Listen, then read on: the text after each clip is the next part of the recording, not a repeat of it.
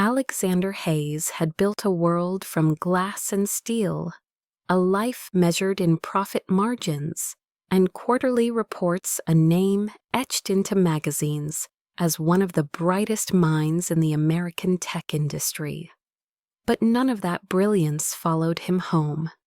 Inside the mansion on the edge of the Colorado mountains, silence pressed against the walls like a second skin. It had been 9 months since his wife Julia passed away during childbirth, and in those 9 months Alexander had learned that silence could roar louder than any boardroom confrontation. His son Ethan cried in the night, and in the early mornings his tiny fists trembling in the air, as if he too demanded answers life would not give. At 36 years old, Alexander looked every part of the billionaire CEO on paper, yet in reality he was a widower who carried exhaustion in his shoulders and grief in his eyes.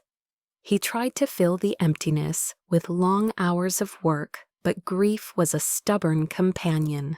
It lingered in the closet that still smelled of Julia's perfume, in the unused side of the bed, in the echo of the piano keys she once played on Sunday mornings. He told himself that focusing on the company would keep him sane, but each night when Ethan finally slept, he would pour a glass of scotch and sit in the nursery until dawn, staring at the small rise and fall of his baby's chest. Success was worthless if it could not bring her back.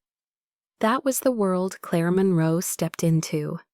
She was 23, fresh out of a small-town community college, where she had studied literature but left without finishing her degree when her father lost his job and her younger siblings needed support. She applied for the nanny position, not because it sounded glamorous, but because it paid well and promised stability. When she walked into the Hayes mansion for the first time, she carried more nerves than confidence. Her suitcase was old, her shoes were scuffed, and her resume was thinner than most. But her eyes held something steady, a quiet resilience learned from nights waiting tables and mornings tutoring neighborhood kids for extra money. Alexander barely looked at her when the agency introduced them. He nodded, said thank you, and returned to his laptop another investor call, blinking on the screen. Clara took it as a sign. She was here to care for Ethan, not to impress a grieving man who seemed carved out of stone. But the baby reached for her on that first day, and Alexander noticed. Ethan clutched her finger with a surprising determination, and for the first time in weeks, the infant stopped crying, long enough to sleep in someone's arms. Clara hummed a lullaby under her breath, an old tune her grandmother used to sing, and the room seemed to soften. Alexander paused in the doorway, unsettled by the sight of his son at peace with a stranger. The evenings stretched on. Clara learned Ethan's rhythms, when he wanted the bottle warmed a few degrees more, when rocking worked better than walking.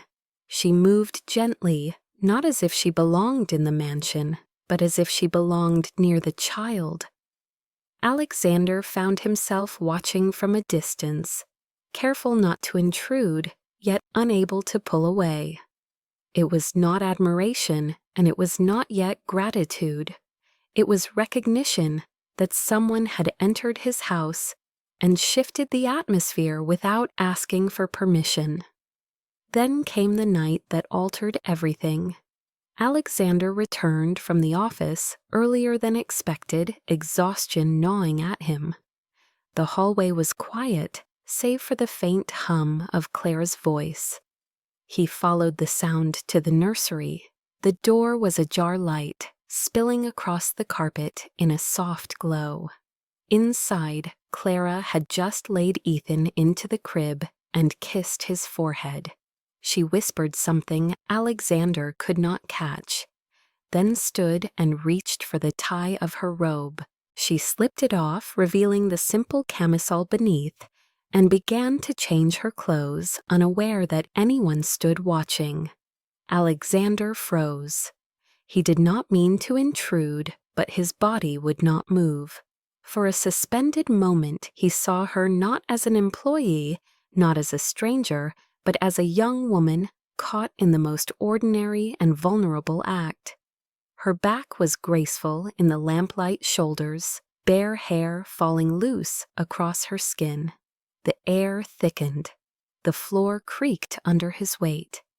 Clara turned sharply, and their eyes met. She gasped but did not scream.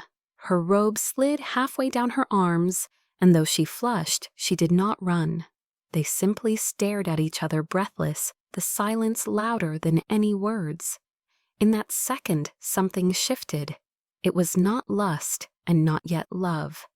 It was the recognition of life intruding where grief had ruled unchallenged. Alexander opened his mouth to apologize, but Clara lifted a hand gently, as if to stop the words. There was no anger in her eyes, only surprise, and beneath that, something fragile yet undeniable. That was the moment, the line neither of them expected to cross. The moment that changed everything. Alexander Hayes had always been the type of man who measured his life in results. Before Julia's death, he woke up each morning with a plan, a calendar filled from sunrise to midnight, and a certainty that everything could be managed with enough discipline. Now discipline meant nothing. His days blurred into one another, a carousel of investor meetings, crying spells from Ethan, and the echo of grief that refused to fade. He was a man admired by employees, feared by competitors, and envied by acquaintances, but in the stillness of his own home, he was simply broken. The image of Julia's last moments returned without warning. 1 second she was laughing in the hospital room, whispering about the names they still argued over, and the next the room was filled with alarms and rushing nurses.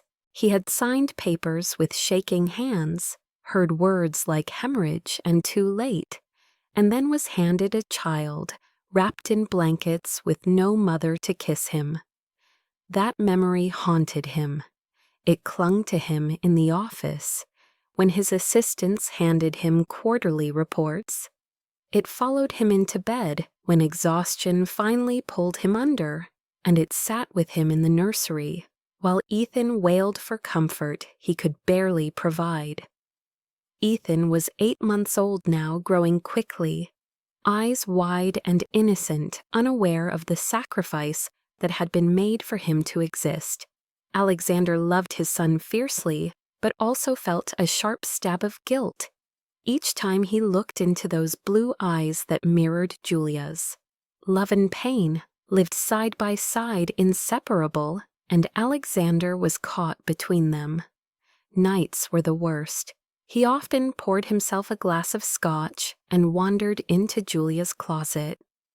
Her dresses still hung neatly untouched. He would sit on the floor with the baby monitor in one hand and the glass in the other, inhaling the faint perfume that lingered on the fabric. The silence pressed down on him until he felt crushed. Sometimes he would whisper to the empty air, telling Julia he was trying, begging her to see that he was keeping their son alive, even if he felt like he was dying inside. But no answer ever came. At work, he put on the mask. His team saw the immaculate suits, the sharp eyes, the quick decisions. Investors heard the controlled voice that assured them Parker Tech remained unshakable. Colleagues admired his ability to function under pressure. But none of them knew that between calls he muted his microphone to rock a crying infant, that important documents were sometimes smudged with spilled formula, that his mind wandered to the memory of a lullaby he could not recreate. He was drowning in expectations, both his own and the world's. Ethan did not understand deadlines or shareholder value. Ethan only understood hunger discomfort, the need for touch. Alexander would cradle the child at 2 in the morning, whispering promises he was not sure he could keep. He told Ethan he would protect him, that he would give him a life worthy of Julia's sacrifice, but in the quiet corners of his mind, he feared he was failing. One evening, after a particularly brutal board meeting, he returned home, loosened his tie, and collapsed onto the nursery floor beside the crib. Ethan stirred in his sleep, tiny hands curling, and Alexander felt a sob rise in his chest. He pressed his forehead to the crib rail and whispered Julia's name. The grief was raw, undiminished by time, and it carved him hollow. He wanted to be strong for Ethan, for the company, for himself. But strength had limits. He was learning that even billionaires could be fragile. Clara noticed pieces of this pain, though he tried to hide it. She saw the untouched meals left on the counter, the dark circles under his eyes, the way he lingered in the nursery longer than necessary. She did not comment, not yet, but her silence felt like an invitation. He did not know how to accept. Alexander's mother had suggested moving in to help, but he refused, determined not to burden anyone else. Friends advised him to hire multiple nannies, to take time away to travel, but he could not leave. The thought of being absent from Ethan's life felt like betrayal. So he stayed, and staying meant suffering. The house was filled with expensive art-sleek furniture and walls of glass that reflected the Colorado skyline, yet Alexander often felt like a prisoner inside it. Each object reminded him of what was lost. He would walk through the master bedroom and imagine Julia brushing her hair at the vanity, hear the phantom sound of her laughter echoing through the hallway, see the outline of her body pressed into the sheets. Grief twisted memory into torment. On the rare occasions when Ethan laughed, Alexander felt a flicker of light. But even that was bittersweet. He wanted Julia to hear that laugh, to see the way their son kicked his legs with delight. Instead, he clapped softly, kissed his child's head, and carried the ache alone. One night, unable to sleep, he went to his office and opened a drawer that still held letters Julia had written him years before. Some were short notes tucked into his briefcase during their early marriage. Others were longer letters written during business trips. Her words were full of warmth and faith in his ability to be not just a leader, but a husband and father.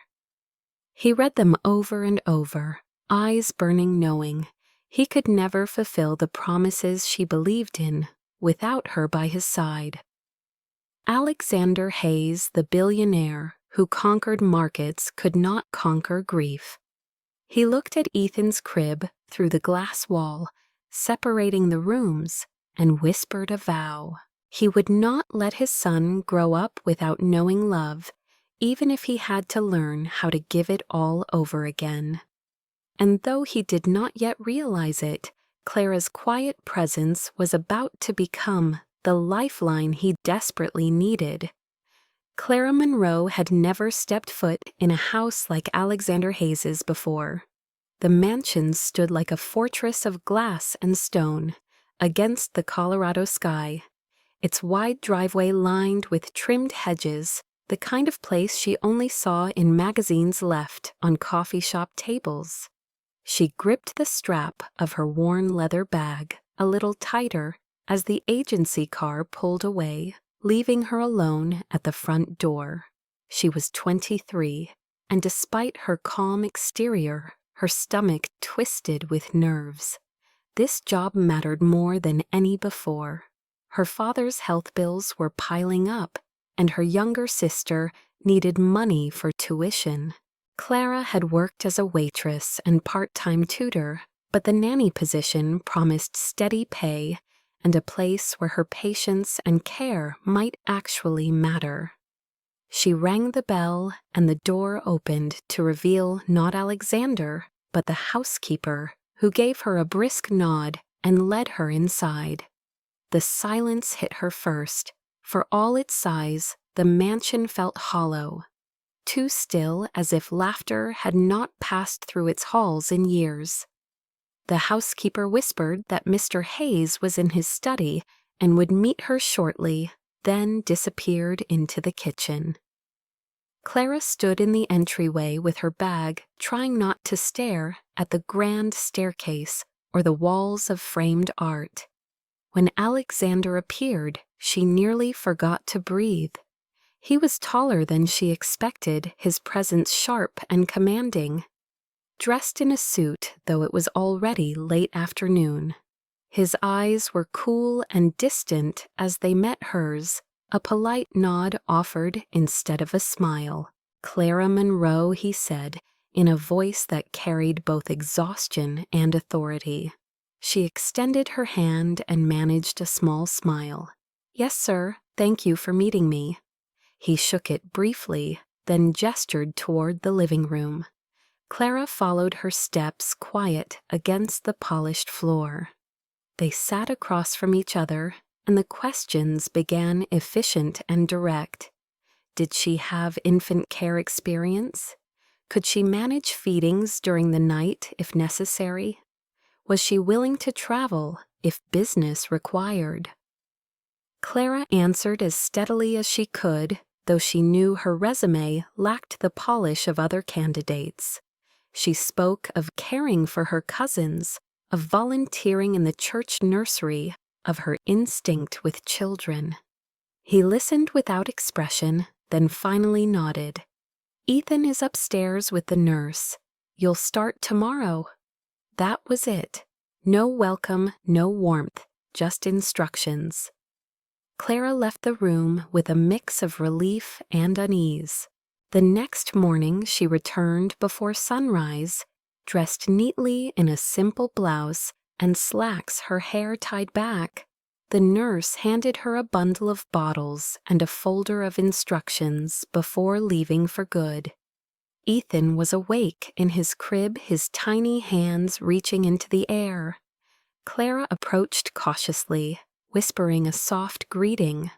The baby looked at her with wide eyes, then broke into a small whimper.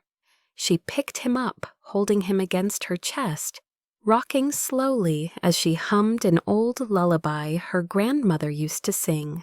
The sound seemed to settle him. Within minutes his cries softened into coos, and his head rested against her shoulder. Alexander entered quietly, intending to check on his son, and stopped in the doorway. Clara did not notice him at first. She was focused entirely on the child, her voice low, and soothing, her expression gentle. Something about the sight struck him. For weeks he had battled to calm Ethan, pacing the floor at night. But here was this young woman, holding the baby, with a steadiness he could not summon. Clara finally noticed his presence and straightened slightly, cheeks flushing. "He likes the humming," she said softly. Alexander only nodded, watching as his son slipped into sleep. For the rest of that day, Clara moved carefully through the mansion, adjusting bottles, folding tiny clothes, and keeping Ethan close. She felt the weight of Alexander's eyes on her more than once, though he rarely spoke. At dinner, he sat at the head of the long table, eating silently while she fed the baby nearby. The housekeeper cleared dishes without comment. Clara felt the tension in the air, but reminded herself she was not here to be noticed. She was here to care for Ethan. Still, she could not ignore the way the mansion felt different as the hours passed. It was subtle, like the air had shifted. Perhaps it was the baby's calmer breathing, or the faint echo of her lullaby that lingered. But even Alexander seemed less rigid when he finally excused himself for the night. Alone in the small guest room assigned to her, Clara unpacked her modest belongings. She looked at the framed photo of her siblings she kept on her nightstand and whispered a prayer that she would succeed here. She did not yet know that her presence was already altering the rhythm of the Hayes household, or that one quiet evening would place her and Alexander on a path neither had anticipated. For now she was simply a young woman determined to do her job, unaware that healing often entered through the smallest, most unexpected doors. The nursery was quiet, except for the soft hum of the nightlight. Clara had just finished feeding Ethan and laid him carefully into the crib. The baby's tiny chest rose and fell in an even rhythm, his thumb curled against his cheek. She exhaled slowly, brushing a loose strand of hair from her forehead. The day had been long, her first week in the Hayes mansion, filled with endless feedings, laundry, and the constant effort of learning routines. Tonight she felt weary, but a good kind of weary, the kind that came with caring for someone who needed her. She closed the crib gently and turned toward the dresser. Her blouse felt damp from a small spill of formula, and she tugged at the buttons, intent on changing into the clean uniform folded neatly in the basket. She thought she was alone. Alexander had returned from the office late, his footsteps quiet on the polished floor as he moved down the hallway. He had meant to check on Ethan before pouring a drink. The door to the nursery stood ajar, a sliver of light spilling into the hall. He pushed it open with practiced silence and froze. Clara stood with her back to him, her blouse sliding from her shoulders as she reached for the clean shirt. For a moment he could not move. Her skin caught the golden glow of the lamp, pale and smooth, her figure outlined in a way that was unintentional yet disarmingly real. His breath caught unbidden, as though the air itself had shifted. He had seen beauty countless times before, in boardrooms, on stages, beside Julia's radiant smile. But this was different. This was not performance or pretense. It was unguarded, private, almost sacred. Clara turned, startled by the creak of the floor beneath his weight. Their eyes met wide and still. She clutched the shirt to her chest, but she did not scream. Her lips parted as though to speak, then closed again.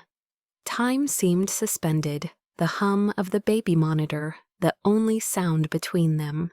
Alexander felt words rise in his throat, an apology, an explanation, but nothing emerged. His gaze remained locked with hers, reading the flicker of surprise, the flush that touched her cheeks, the steady breath she fought to control. Clara's heart pounded. She should have been mortified, yet what she felt was stranger, heavier.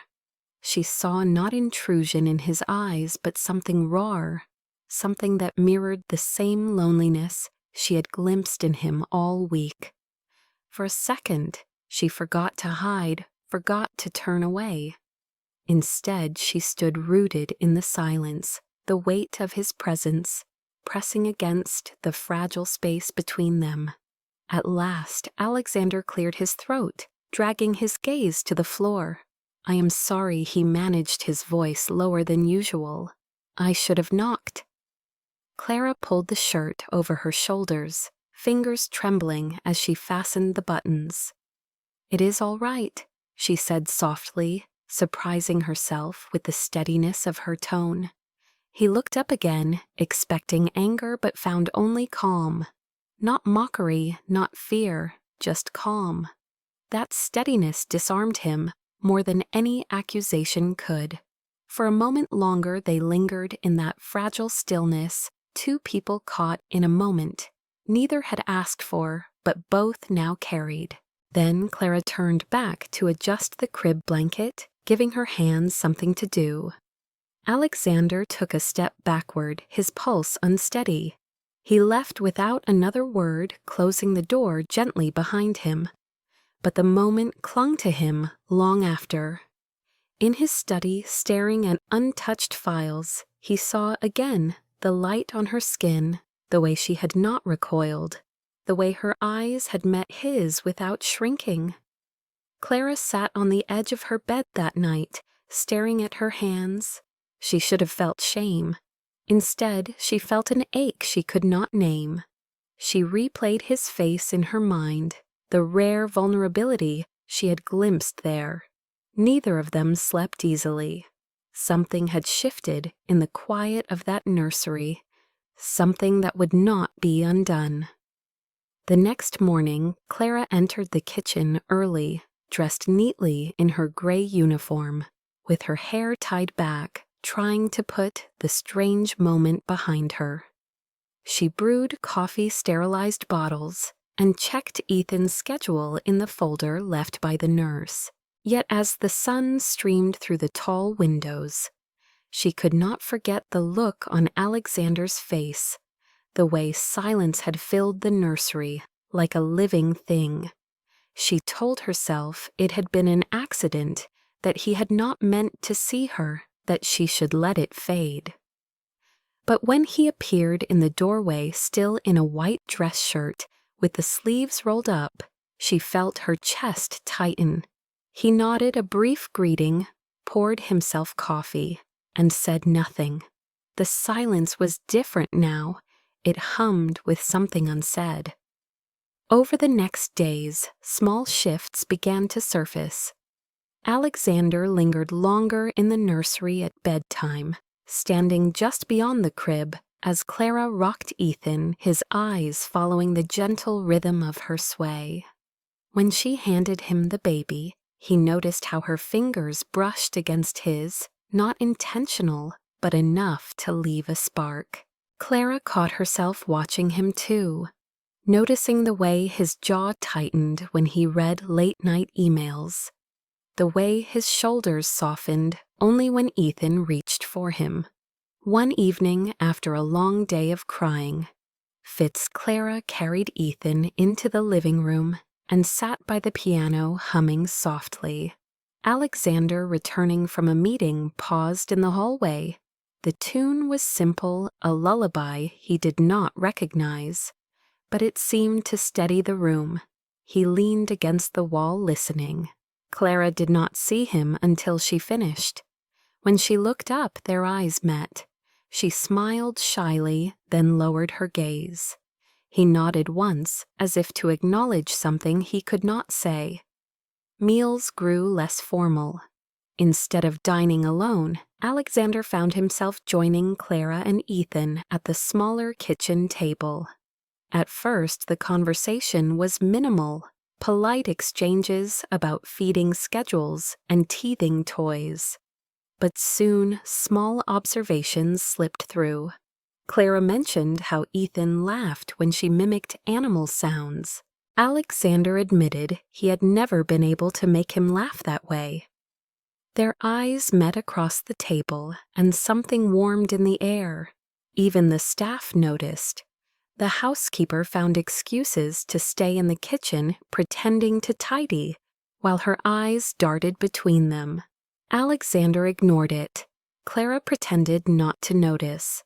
At night, the house still carried grief, but it was softened by new sounds: Ethan's laughter, Clara's humming, Alexander's rare chuckle.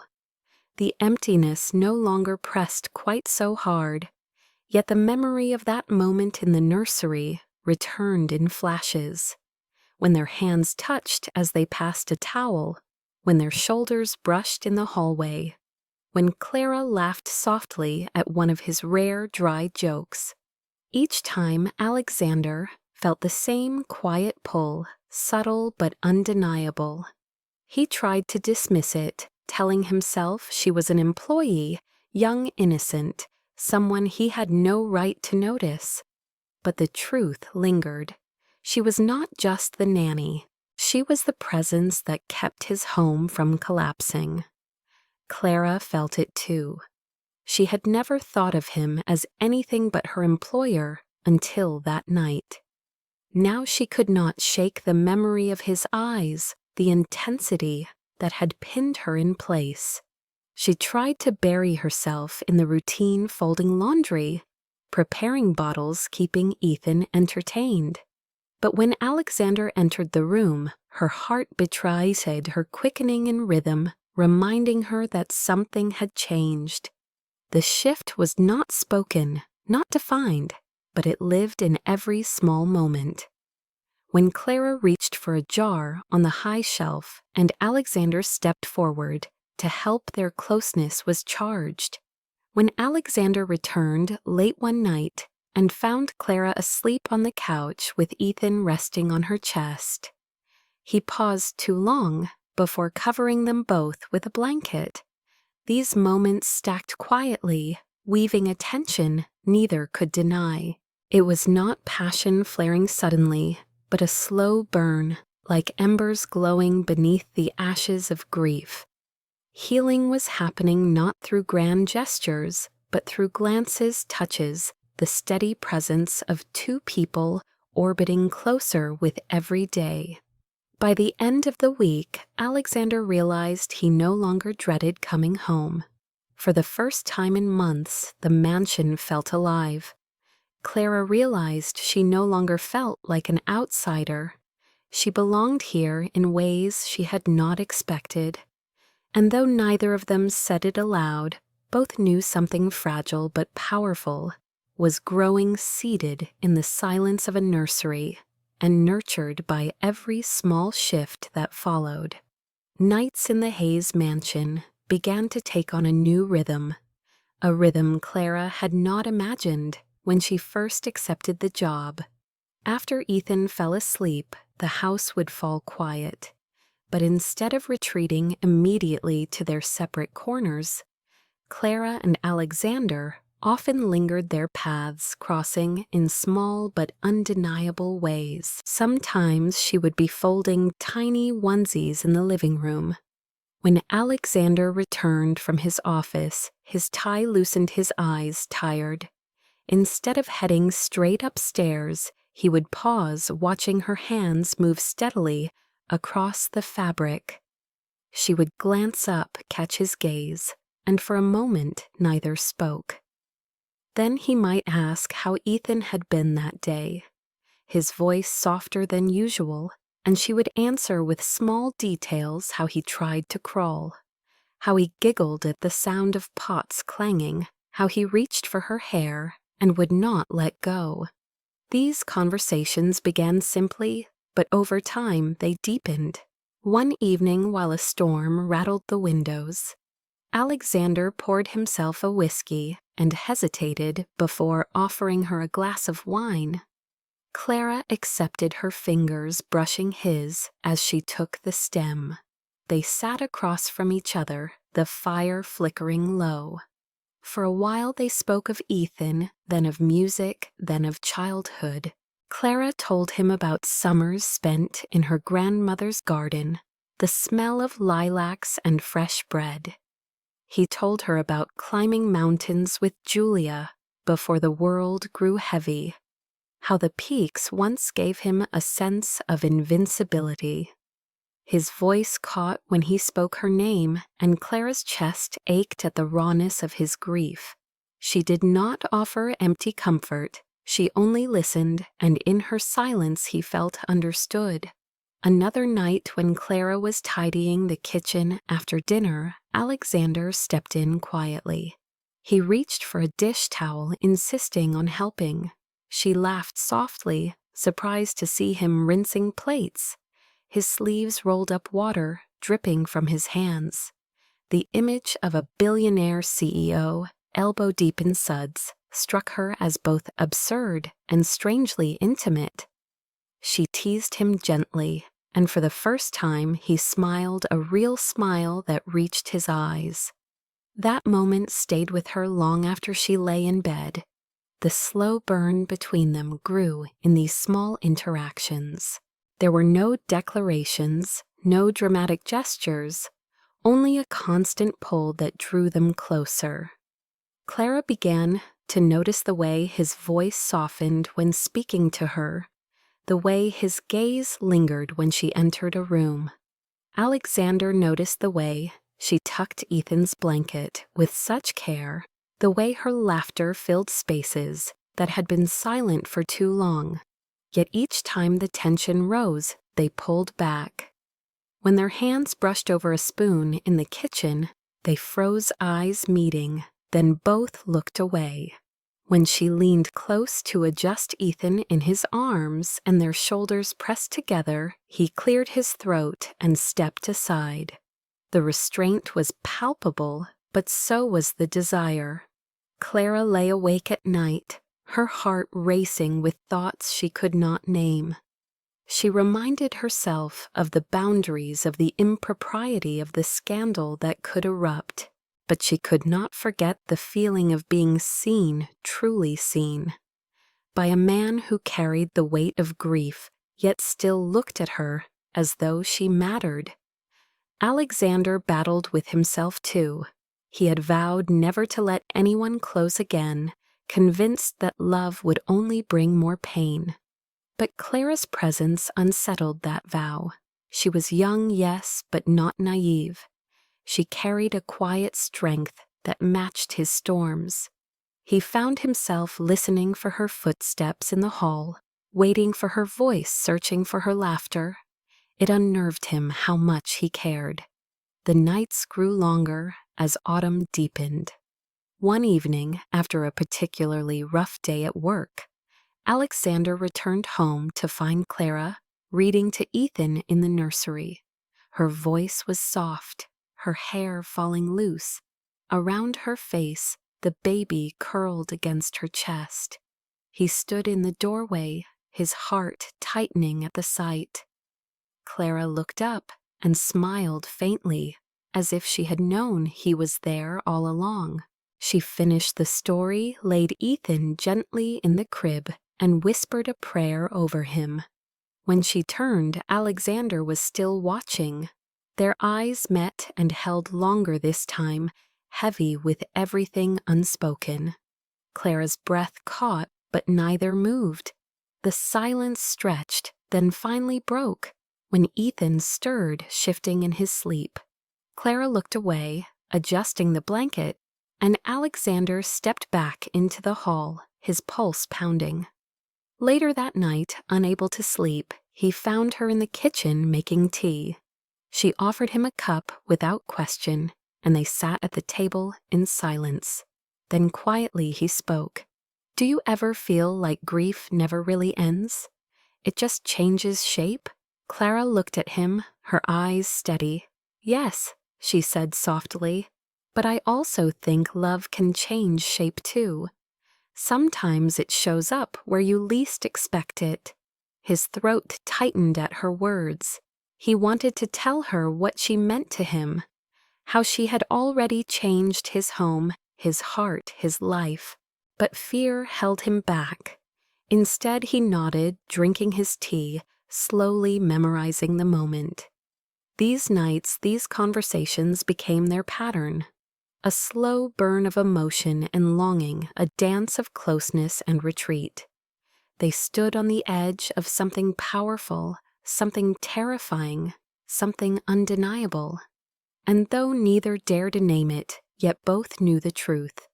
Love was forming in the quiet, in the spaces between grief and healing, in the glances that lingered too long, in the silences that felt like confessions. The first whispers began at the grocery store. Clara had taken Ethan out for fresh air, strolling down the aisles with him tucked against her chest. She noticed the way two women by the produce section glanced at her and murmured behind their hands. At first she brushed it off, but then she caught a phrase as she passed. "That's the nanny, isn't it? The one living with him." Her cheeks burned, though she kept her head high. She told herself it did not matter, but by the time she returned to the mansion, her hands trembled slightly as she unpacked the bags.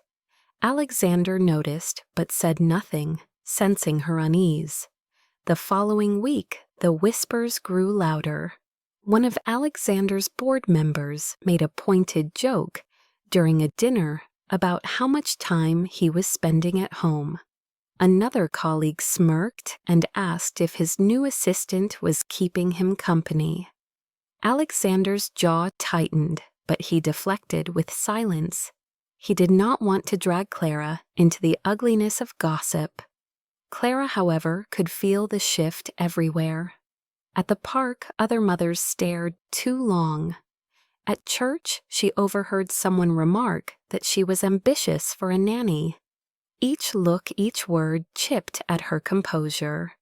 She had entered this job to care for Ethan, not to be scrutinized as if she were climbing a ladder she had never sought. One evening, she sat in her small room, staring at the packed suitcase in the corner. She had not touched it since the day she moved in, but tonight she thought about unzipping it again. Her heart ached because she had grown to love Ethan like her own, and the thought of leaving him hollowed her chest. Yet the judgment pressed heavily, whispering that she did not belong. Alexander was not blind to it either. In meetings, he noticed the sidelong glances, the sly comments about domestic arrangements. He heard the cynicism when shareholders questioned his focus. Some implied his personal life was clouding his leadership.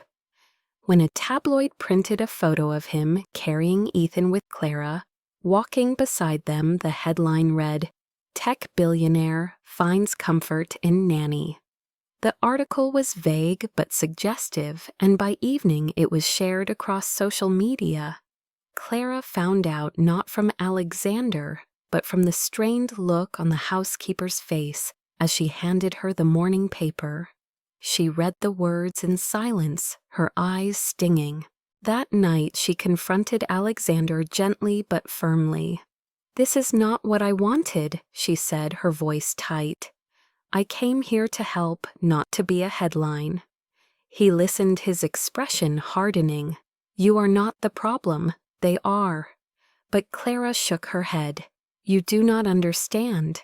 People will always twist this, and they will use it against you." Alexander wanted to argue, but he saw the fear in her eyes, not for herself, but for him, for Ethan, for the fragile balance they had built. He reached out, placing a hand over hers. "Clara, I will not let them decide how we live. You have given this house life again. You are not a scandal. You are the reason I am still standing." Her throat tightened, her eyes filling, but she pulled her hand back gently. "Maybe I should leave before it gets worse." The words cut deeper than any article could. Alexander's chest burned with the thought of losing her, of Ethan losing her. But he could not force her to stay. The days that followed were strained. Clara continued her duties, but a quiet distance crept between them. She no longer lingered in the evenings. She avoided his gaze at the breakfast table. She carried herself with professional poise, but the warmth that had once filled the house dimmed. Ethan noticed too. He fussed more when she handed him to Alexander. He cried longer before naps. Even the staff whispered about how different the house felt. Alexander reached a breaking point when, during a quarterly board meeting, one of his senior partners smirked and asked if the nanny would be attending the next investor dinner. The room chuckled. Alexander stood abruptly, his voice like steel. "Her name is Clara Monroe. She is the reason my son laughs again. If I hear one more word spoken about her in this tone, I will consider it not just disrespect, but betrayal." The room went silent. No one dared speak. But outside the walls, the story spread. Some called him brave, others reckless. Investors panicked as shares dipped. Headlines multiplied, speculating on romance power and scandal. Clara bore the weight of it quietly, her heart torn between loyalty and shame. That evening, Alexander found her in the nursery, holding Ethan against her shoulder, her eyes distant. "I stood up for you today," he said quietly. She looked at him, tears brimming. "And it cost you. It was worth it," he replied without hesitation. "You are worth it." Clara shook her head. "You do not see what they see. To them I am just the nanny who stayed too long, who dared to matter." She kissed Ethan's head and whispered, "I do not want to be the reason you fall." Alexander's chest tightened as though his ribs could not contain his heart. He stepped closer, lowering his voice. "Clara, without you, I am already fallen. You gave me back my son. You gave me back myself." For a moment they stood inches apart, the air thick with everything unsaid. Ethan stirred, breaking the silence. Clara laid him gently in the crib and pulled away. "Please, Alex," she whispered, using his name for the first time. "Do not make this harder." Then she walked past him, her scent lingering her absence, heavier than any judgment outside. That night, Alexander sat alone in his study, the headlines glowing from his computer screen. His empire was trembling, his reputation questioned, but none of it mattered compared to the fear of losing her. He knew then that this was not just about society's judgment. It was about whether he was willing to fight for the love that had begun to heal him or let it slip away under the weight of whispers. The storm outside mirrored the storm inside Alexander's chest. Rain lashed against the glass walls of the mansion, streaks of lightning illuminating the darkened sky. He stood at the living room window, hands shoved deep in his pockets, watching the storm as though it could offer him clarity. Behind him the television hummed with muted news reports, his name crawling across the ticker headlines, dissecting his personal life more than his company's quarterly earnings. Clara entered quietly, her hair damp from the short walk, back from the guest house where she had been sorting laundry. She hesitated when she saw him standing there tall and motionless, his shoulders heavy with invisible weight. "You should not stand there in the dark," she said softly. He turned, his face-drawn eyes fierce. "They think you are a mistake, Clara. They think you are a distraction, a scandal, something to laugh at." His voice cracked with the effort to stay calm. She swallowed hard, her hands twisting in front of her. "And maybe they are right." The words cut through him sharper than the thunder that shook the house. He strode forward, his eyes blazing. "No, they are not right. They do not see what I see. They do not know what you have done for me, for Ethan." He stopped just in front of her, close enough that she could see the rawness in his expression. "You are not a mistake. You are the reason my son smiles when he wakes up. You are the reason this house is not a tomb anymore." Clara's eyes shimmered with tears, but she shook her head. "But at what cost? Your company, your name, your reputation. They are tearing you apart because of me." His hand lifted almost instinctively, hovering near her cheek, but not quite touching. "Let them tear me apart? I will not let them diminish what you are. I will not let them take you from me." Her breath caught her lips, trembling with words she could not say. For a long moment they stood in silence, only the rain pounding outside, filling the space between them. Then the front door opened with a sudden burst of sound. Alexander's mother, Margaret Hayes, swept in her umbrella, dripping her presence, commanding as always. She saw them standing close, and her expression darkened. "So it is true," she said coldly. "The rumors, the headlines, all of it. You have lost your mind, Alex." Clara stepped back immediately. her face flushing her body, folding inward like a child caught doing something wrong. Alexander, however, straightened his jaw tight. "Mother, do not." Margaret's voice was sharp. "Your wife has barely been gone a year, and you stand here with the nanny, as if she were your equal. Do you have any idea what this does to the family name?" "To Ethan's future," Clara whispered I should go. But Alexander caught her wrist gently, his eyes pleading. "No, stay." He turned back to his mother, his voice like steel.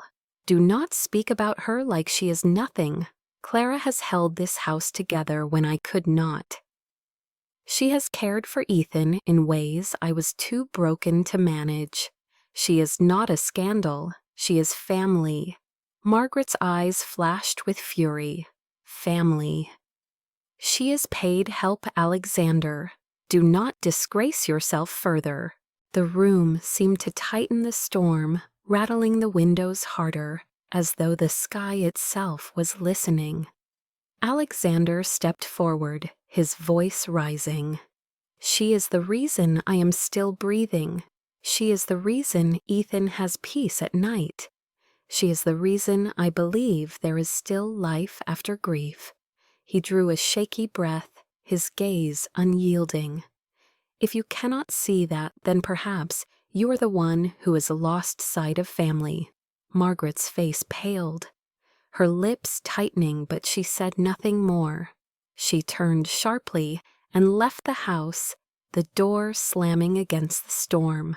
Silence fell heavy, broken only by the sound of Clara's quiet sob.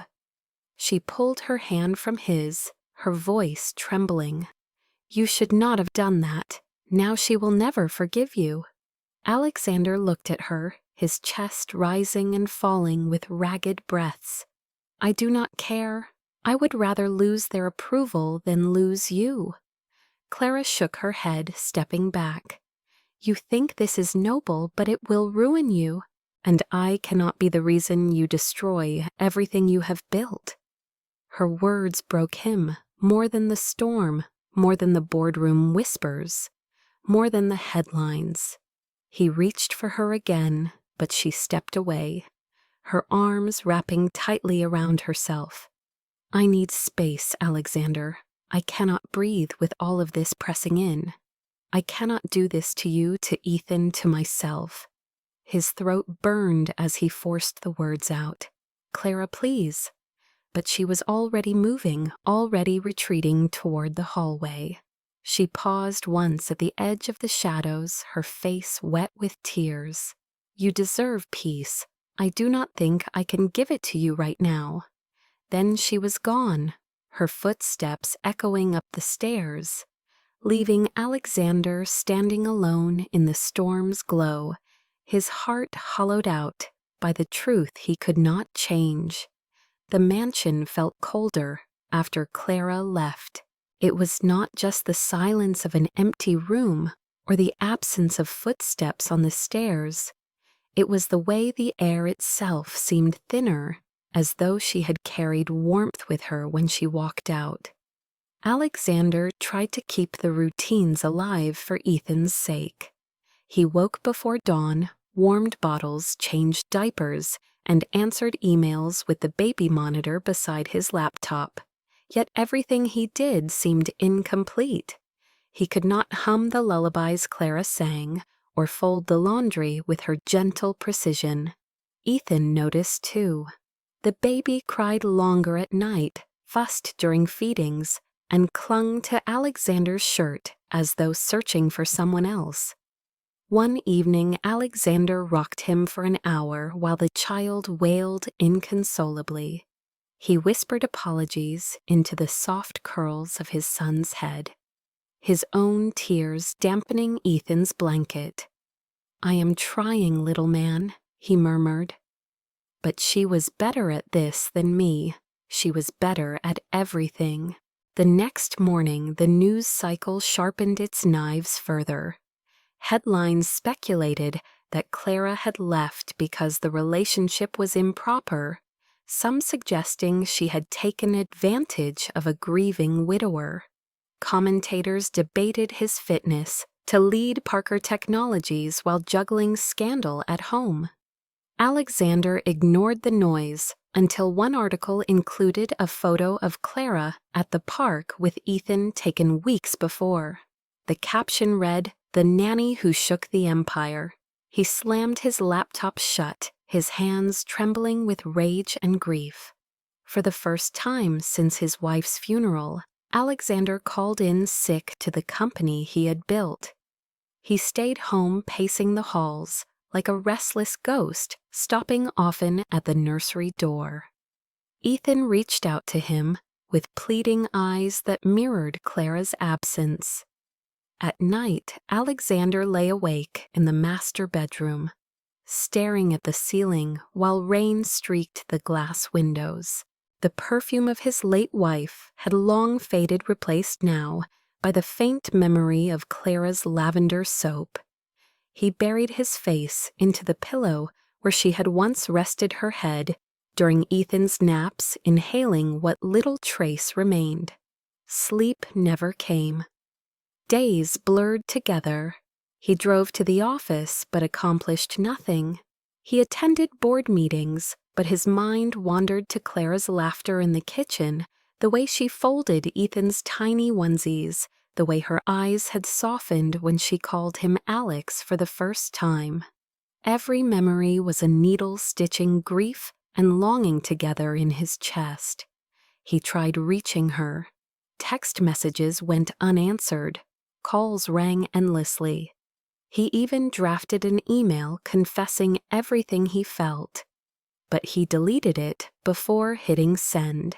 He told himself she needed space, but each day stretched like a punishment.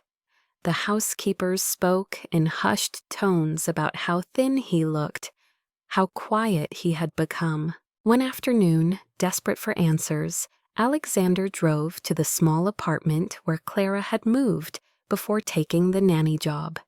He sat in his car across the street, staring at the pale curtains pulled tightly shut. He imagined her inside, maybe packing again, maybe crying, maybe trying to forget. He almost stepped out but stopped himself. If she needed space, barging in would not win her back.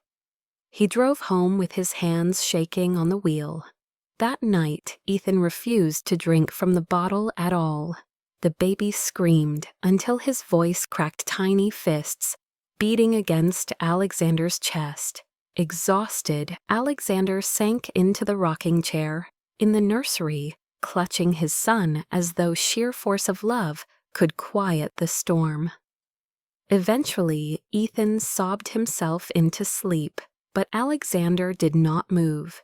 He sat there in the dim glow of the nightlight, staring at the empty spot near the crib where Clara used to stand, her presence as steady as the hum of her gospel tunes. His throat ached with unshed words.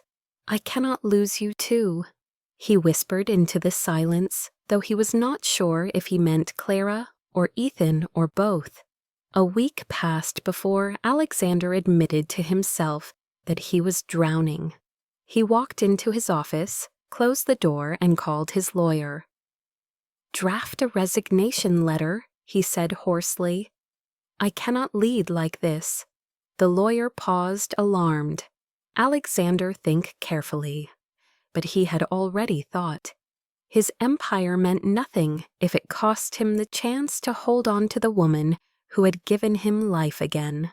Later that night, he found himself standing in front of the mirror, staring at a man he barely recognized. Hollow eyes, wrinkled shirt lines of grief, carved deeper than age. He pressed his palms against the sink, trembling. "Laurel," he whispered to the memory of his wife. I tried to raise him alone, to bury myself in work, to pretend I did not need anyone. But she showed me what living looked like again. I do not know if you can forgive me, but I cannot lose her too." His reflection offered no answer. Ethan stirred on the monitor, his cries echoing again. Alexander wiped his face, scooped his son into his arms, and paced the halls until dawn. By the time the sun broke through the storm clouds, Alexander knew he could not endure this silence any longer. Clara's absence was not just painful, it was destructive. He had lost her once already, but he would not accept a future defined by emptiness. He would fight to bring her back, even if it meant standing in the rain and begging for one more chance. The city was drenched in rain the night Alexander finally broke. He had endured weeks of silence, of unanswered calls, of Ethan's restless cries that no lullaby could soothe. His empire trembled beneath headlines and speculation. His heart carried the weight of absence heavier than grief itself. He could no longer wait for fate to decide. He grabbed his coat, tucked Ethan's favorite blanket under his arm, as though carrying a piece of their shared world, and drove through the storm toward the only place he believed Clara might still be. The small town on the edge of Denver, where she had grown up, seemed even smaller in the downpour. Street lamps flickered, the sidewalks deserted. He pulled into the narrow driveway of her apartment building, his hands gripping the steering wheel, with the desperation of a man who had nothing left to lose. He sat there for a moment, chest-heaving rain beating against the windshield in relentless waves. Then he stepped out, letting the storm soak him through as he climbed the stairs 2 at a time. At her door he paused, his heart hammering the blanket, clutched tightly in his fist. He knocked the sound muffled by the rain. For a long moment nothing happened. Then the door opened just a crack, revealing Clara's wide eyes. Startled and weary, she wore a simple sweater, her hair damp and loose around her shoulders. Her lips parted in shock. "Alexander," she whispered, barely audible over the storm. He swallowed hard, his voice raw. "I cannot do this without you." She shook her head, trying to steady her breath. "You should not be here. The world is watching, your company is unraveling. You should be protecting your son, not chasing me through the rain." He stepped forward, the storm dripping from his hair, his eyes locked on hers. "This is protecting him. You are his peace. You are the reason he knows comfort. You are the reason I remember what hope feels like. Without you, I am failing him. Without you, I am failing myself." Tears welled in her eyes as she tried to look away. "You do not understand the weight I feel. Every glance, every whisper, every headline tells me I do not belong at your side. I am terrified, Alexander. I cannot live under the judgment of a world that sees me as a mistake." His hand lifted slowly, trembling as he offered the small blanket he had carried. "This is Ethan's. He cries with it every night since you left. He reaches for you in his sleep. Clara, he needs you. And I," his voice cracked, "I need you too. Not as a nanny, not as a shadow, but as the woman I love." The words hung in the storm-filled air, unpolished, unguarded, raw. Clara covered her mouth with one hand, tears sliding down her cheeks. She opened the door wider, the light from her apartment spilling across his rain-soaked figure. "Say it again," she whispered. He stepped inside, closing the space between them. "I love you," he said, firm and steady this time. "I love you, Clara Monroe. You are not my grief's distraction. You are my healing. You are my future." Her sob broke into a quiet, laugh disbelief, and longing tangled in the same breath. She reached up her fingers, brushing the soaked hair from his forehead. "I never thought you would say it." He caught her hand, pressing it to his cheek. "I should have said it the night I saw you in the nursery. I should have said it every day since. I will spend the rest of my life making up for the silence." She stood on trembling legs, her heart pounding against her ribs. For a moment she searched his eyes as though testing whether the storm outside was louder than the truth between them. Then she exhaled and nodded. "I love you too." Relief crashed through him like the thunder above. He pulled her into his arms, holding her with a desperation that spoke of nights spent alone, of whispered apologies into the dark of grief too heavy to bear without her. She clung to him, her tears soaking his shirt, but she did not pull away. For the first time since their worlds collided, they both allowed the truth to stand unshaken. They stayed like that for minutes, the storm outside slowly giving way to quieter rain. When they finally pulled back, their foreheads pressed together, both breathing hard, Alexander whispered, "Come home." She hesitated, her eyes flickering with fear and hope all at once. "Will we survive the world out there?" He cupped her face with both hands.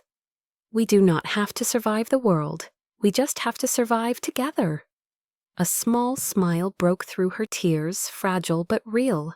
She nodded, "Then take me home." Hours later, the mansion that had felt hollow for so long glowed with new life. Clara stepped through the door, carrying Ethan's blanket, her eyes scanning the familiar rooms with a tenderness she could not disguise. Ethan stirred in his crib, as if sensing her return, his cries softening the moment she picked him up. He buried his face against her chest, sighing with a peace Alexander had not seen in weeks.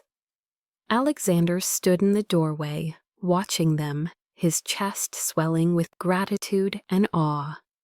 Clara looked up at him, whispering, "We are whole again." And for the first time since Laurel's passing, Alexander believed it was true. The storm had passed by the time Ethan fell into a deep sleep. The mansion was quiet, except for the soft hiss of the fireplace in the living room. Alexander poured 2 glasses of red wine and set them on the low table near the fire. Clara walked in. Slowly, her hair still damp from the rain, wearing one of the soft cotton sweaters she had left behind before she left. She sat across from him, her legs tucked beneath her, her eyes searching his face, as if to make sure he was truly there, truly hers. They spoke little at first. Words had already carried them this far, and now silence felt safer. He handed her a glass. Their fingers brushed lingering a second longer than necessary. She took a sip, her lips pressing to the rim of the glass, her eyes flicking up to meet his. He felt a pull, steady and undeniable. The firelight painted her skin in gold, casting shadows that made her eyes glow with something between longing and hesitation. He set his glass down and leaned forward, his voice low. "Clara." She answered with a hum, her breath catching slightly. "Do you regret coming back?" She shook her head instantly. "No, I was afraid. But being here now with you, with Ethan, it feels right." Her voice trembled at the last word. He reached for her hand, warm and small in his. For a long moment they sat in the quiet pull of that touch, neither rushing, neither breaking the spell. Slowly, as though guided by something older than memory, he leaned closer. Their eyes locked the air between them, tight with anticipation. His lips brushed hers, tentative, questioning. She did not retreat. Instead, she closed the distance, kissing him back, with a tenderness that spoke of months of restraint. The kiss deepened gradually, not a rush of hunger, but a slow unraveling, each second peeling away the walls they had built around themselves. Her hand rose to his cheek, her thumb trembling as it traced the edge of his jaw. His heart hammered in his chest, each beat louder than the crackling fire. They broke apart only for breath, their foreheads pressed together. Her whisper was barely audible. "I have never felt this before." He kissed her again, gentler this time, tasting of wine and unspoken promises. His hand slid along her arm, up to her shoulder, lingering as though asking permission at every inch. She shivered, not with fear, but with surrender. The sweater slipped slightly, revealing the pale curve of her collarbone. He bent forward, pressing his lips to that delicate place, feeling her pulse race beneath his mouth. Clara's breath caught her fingers gripping the fabric of his shirt. "Alexander," she whispered, her voice unsteady, a mix of hesitation and need. He lifted his head, searching her eyes. "We can stop," he murmured. "I will never take more than you want to give." Her answer came in the form of a kiss, stronger this time, decisive. She pulled him closer, her body pressing against his, her trust as clear as her longing. They moved together slowly, the world outside forgotten. Each gesture was careful, reverent, as though they were writing a new language between them. His hands traced her back, memorizing every line, every curve through the thin fabric. Her hands tangled in his hair, pulling him deeper into the moment. They shifted closer to the fire, the rug soft beneath them, the warmth surrounding them. The air smelled of smoke and wine, the taste of healing and new beginnings. Clothing became looser barriers, dissolving with gentle certainty rather than haste. He kissed her shoulder, her neck, her lips again, each touch carrying the weight of unspoken vows. She let out a soft sound, not of fear but of release, her eyes closing as she leaned fully into him. Time slowed. The crackle of the fire, the rhythm of their breathing, the racing of their hearts, all blended into a single symphony. When they finally gave themselves to each other, it was not an act of desire alone. It was grief, unbuttoned trust, unwrapped love, rediscovered in its most fragile form. He held her face in his hands, watching her eyes, as though making sure she felt cherished, not claimed. She guided him with quiet bravery, her every movement speaking of choice. Their bodies moved together in unison, gentle, reverent, no rush, no force. She whispered his name, once her voice breaking like a prayer. He answered with a kiss to her temple, a promise of safety in every touch. When it was over, they did not pull apart. They lay together on the rug, wrapped in the afterglow of firelight and unspoken certainty. Her head rested on his chest, listening to the steady rhythm of his heartbeat. His arms encircled her, protective and sure. Neither spoke for a long while. Finally, she lifted her gaze, her eyes shimmering. This was not just a night. He nodded, brushing her hair back gently. No, this was us choosing each other. She smiled through her tears, pressing a kiss to his chest. Then let us never unchoose it. He held her tighter, his lips resting against the crown of her head. And in that quiet moment, as the fire burned low and the storm outside faded into memory, they knew they had crossed a threshold. No longer grieving souls clinging to fragments. They were a man and a woman who had found light again in the arms of one another. The morning after carried no awkwardness, only a quiet warmth that neither Alexander nor Clara had felt in years. Sunlight spilled through the tall glass windows of the mansion, bathing the living room in a golden glow. Clara moved about the kitchen, hair loosely tied, humming softly as she prepared breakfast.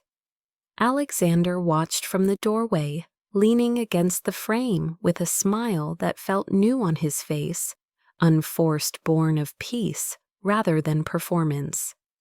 Ethan's laughter filled the space as Clara lifted him into his high chair, tickling his tiny feet before setting a spoon in his hand.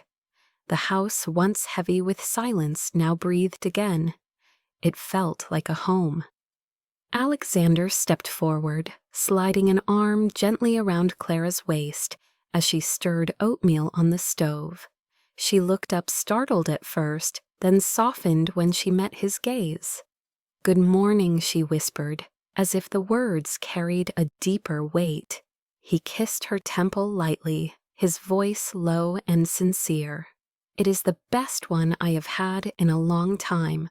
They ate together at the long oak dining table, but unlike the lonely meals Alexander once endured this time, it was full of chatter, small messes, and shared glances. Ethan banged his spoon against the tray, making Clara laugh, her eyes bright and alive.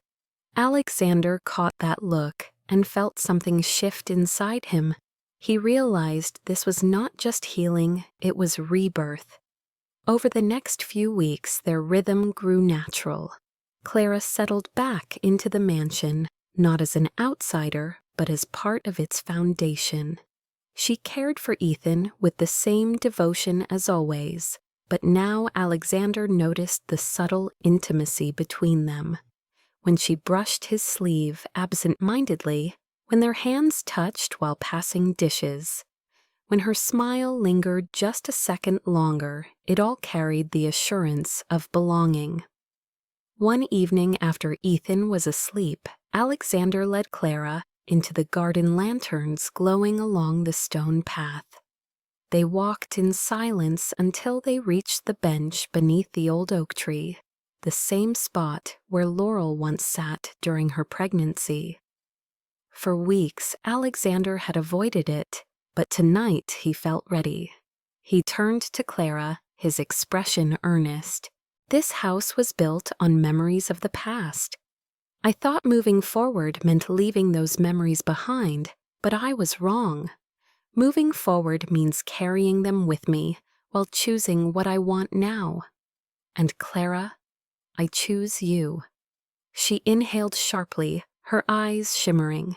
He reached into his pocket and drew out a small velvet box, simple and understated. When he opened it, a delicate ring glimmered in the lantern light. "This is not about replacing anyone," he said softly. "It is about building something new. You gave me back my son's laughter, and you gave me back my own life. Will you stay not as Ethan's nanny, but as his mother in every way that matters? Will you stay as my partner, my love, my wife?" Clara's hand trembled as tears spilled freely. She covered her mouth, unable to speak at first. "Alexander," she whispered finally, "I never expected this. I never dared to hope for it." He cupped her cheek, his thumb brushing away her tears. "Hope is all I have left, and you are the reason it exists again." She nodded through her sobs, then found her voice. "Yes, yes, I will." His relief was immediate, overwhelming.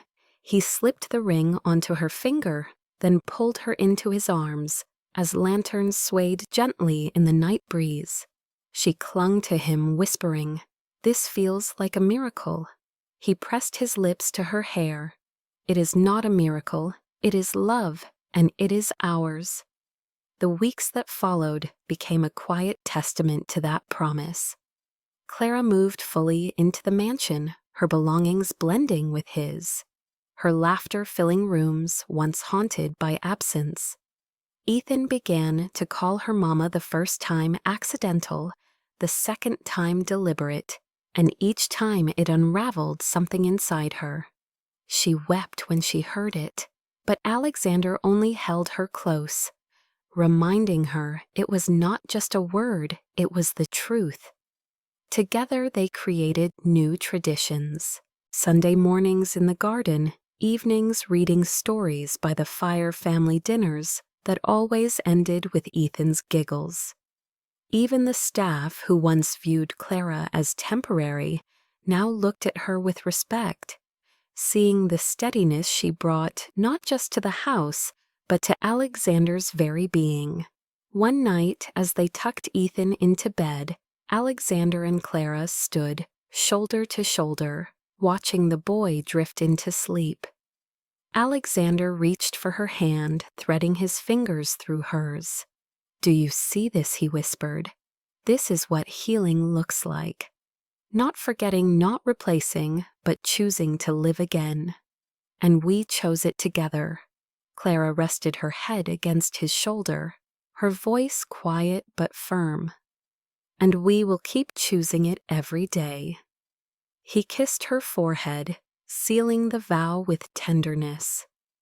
For the first time since the shadows of grief had entered his life, Alexander Hayes felt not only whole, but grateful. He had been given a second chance at family, and he knew with certainty he would never let it go. The seasons turned, and the Hayes mansion no longer stood as a monument to grief, but as a living testament to resilience and love. Clara's presence had reshaped every corner. Where silence once lingered, there was now music, laughter, and the hum of everyday life. Alexander often found himself pausing in quiet moments, watching Clara read to Ethan on the couch, her voice soft and steady. Ethan curled into her side with absolute trust. Those simple sights reminded him of everything they had endured. To arrive here, the whispers, the doubts, the long nights of fear, and the single moment when he almost lost her because of the weight of the world's judgment. But now they stood stronger, not because life became easy, but because they had chosen each other despite the noise. At their small wedding held in the garden under the oak tree, close friends and only a handful of family gathered. Ethan, dressed in a tiny suit, carried the rings with nervous pride. As Clara walked down the lantern-lit path in a modest white dress, Alexander felt time still. She was not the replacement of the past, but the proof of a future. Their vows were not grand, not scripted for perfection. He promised to love her not only in joy, but also in the quiet, difficult moments. She promised to stay, not only as his partner, but as Ethan's anchor, the mother he had prayed for. When they kissed, the crowd cheered, but Alexander heard only Ethan's small voice shouting, "That's my mommy." It was the truest blessing they could have received. Afterward, life did not turn into a fairy tale free of challenges. Gossip still surfaced in headlines from time to time, whispers still carried in social circles, and doubts still pressed in on lonely nights. But Alexander and Clara faced them side by side, knowing that love is not about avoiding storms, but walking through them hand in hand.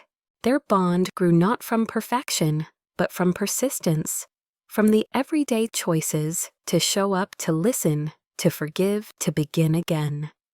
Ethan grew into a boy, full of joy, laughter, ringing through hallways that once echoed with sorrow. He thrived under the love of two parents who carried scars, but transformed them into strength. Clara taught him kindness, patience, and resilience, while Alexander taught him courage and responsibility. Together they showed him what it meant to be a family, born not just of blood, but of choice. On quiet evenings after Ethan fell asleep, Alexander and Clara often sat by the fire, reflecting on the journey that brought them here. "Do you ever think about how different things could have been if you had not come back?" he asked one night, his eyes on the flames. Clara smiled gently. "I think about it, but then I remember why I did return. Love does not disappear in the face of fear. It waits. And when we are brave enough, we claim it. He kissed her softly, grateful beyond words. They knew that their story was not about grand gestures or perfect timing, but about healing after loss, about small moments that shifted everything, about finding courage to love again, even when the world said they should not. That was the truth Alexander wanted everyone to see, that real love is quiet, steadfast, and strong enough to outlast judgment. And that truth was what kept their family whole. So, dear listener, as you close your eyes tonight, remember, this love can bloom in the unlikeliest places. It can rise from grief, it can survive whispers, it can defy doubt. It may not come when you expect it, but when it does, it can change everything. Do not fear the small moments, because sometimes a glance, a touch, or even an unplanned mistake is the doorway to healing. And when you find it, guard it, fight for it, because real love is worth every risk. If this story touched your heart, take a moment to let us know. Leave a comment below. Have you ever faced a love the world did not understand, a love you had to fight for? Share your story, because your voice may be the light someone else needs. Like this video if you believe love is stronger than grief, stronger than judgment, stronger than fear. And if you want to carry more stories like this, stories that remind you that hope and healing are always possible, subscribe to our channel. Do not miss what comes next, because somewhere out there, another story is waiting to remind us that love always finds a way,